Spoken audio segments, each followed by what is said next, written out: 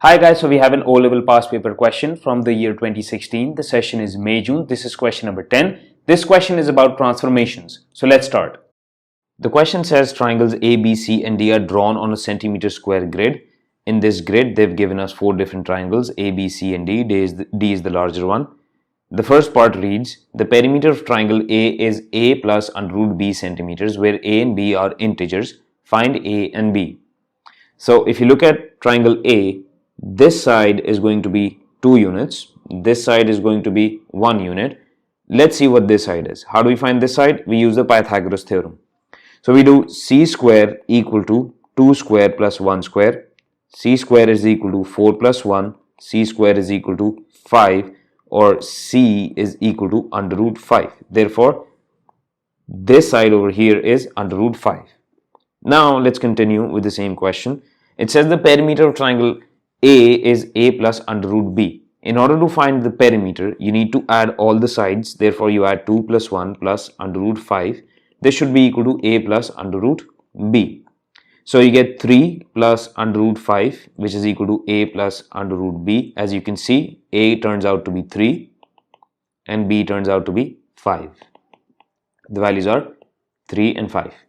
The next part says triangle A is mapped onto triangle B by the translation T. Write down the column vector that represents T. Triangle A is mapped onto triangle B. So this goes to B. Therefore, if you look at one point, if you look at this point, this translates 1, 2, 3, 4, 5, 6 units to the left and 1, 2, 3 units up. So the translation is -6 and 3. The next part says describe fully the single transformation that maps triangle B onto triangle C. If you look at triangle B and if you look at triangle C, they are in opposite quadrants. Therefore, there is possibly one explanation for this. If you connect these points, if you connect these 2 points, one second, and then you connect these 2 points like this, then you connect these 2 points as well. If you try to understand, the perpendicular bisector of all 3 lines would be right here in the center. Therefore, this would be a reflection in the line y equal to x. So your answer over here is reflection in line y equal to x. Let's move on. The next part says describe fully the single transformation that maps triangle B onto triangle D. Now let's look at triangle B and let's look at triangle D. First, I would want to erase all of this because I don't think this would be needed anymore. So just give me a second. Okay, so this part is clear. Let's remove all this from A and C as well. Okay, so triangle B is being mapped onto triangle D. Let's do one thing. Let's connect all the points first. This point with this point. Then let's connect this point with this side, this point over here by this line, and then let's connect these 2 points as well. So what you see is, you see a point of intersection of all these lines, which becomes the center of enlargement. And since B is being flipped onto D, therefore the enlargement would be negative. And since this side is 2 units and this side is 4 units, if you divide 4 by 2, you would get 2. Therefore, the scale factor is -2. So what your answer is that you say it's an enlargement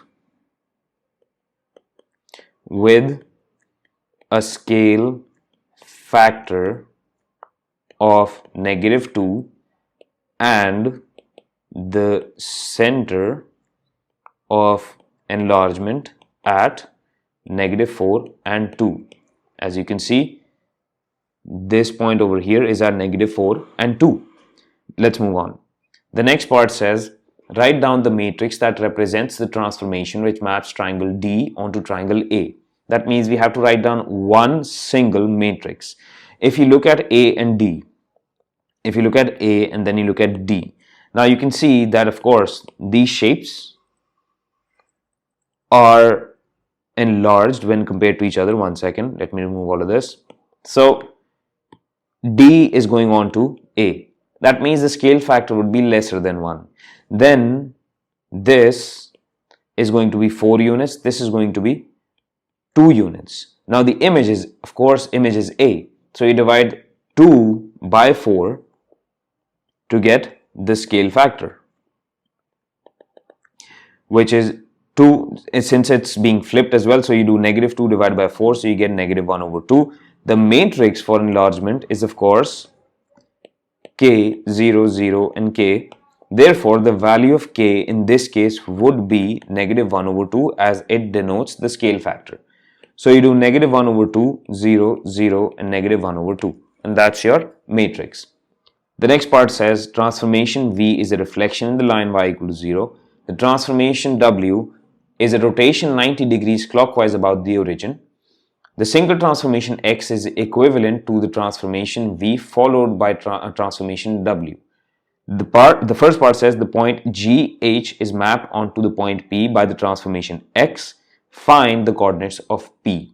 Okay, so we need to find the coordinates of P. This would definitely be in terms of G and H. How do we do that? So let's say that there is a point in the first quadrant right over here. Let's say that this point is point A.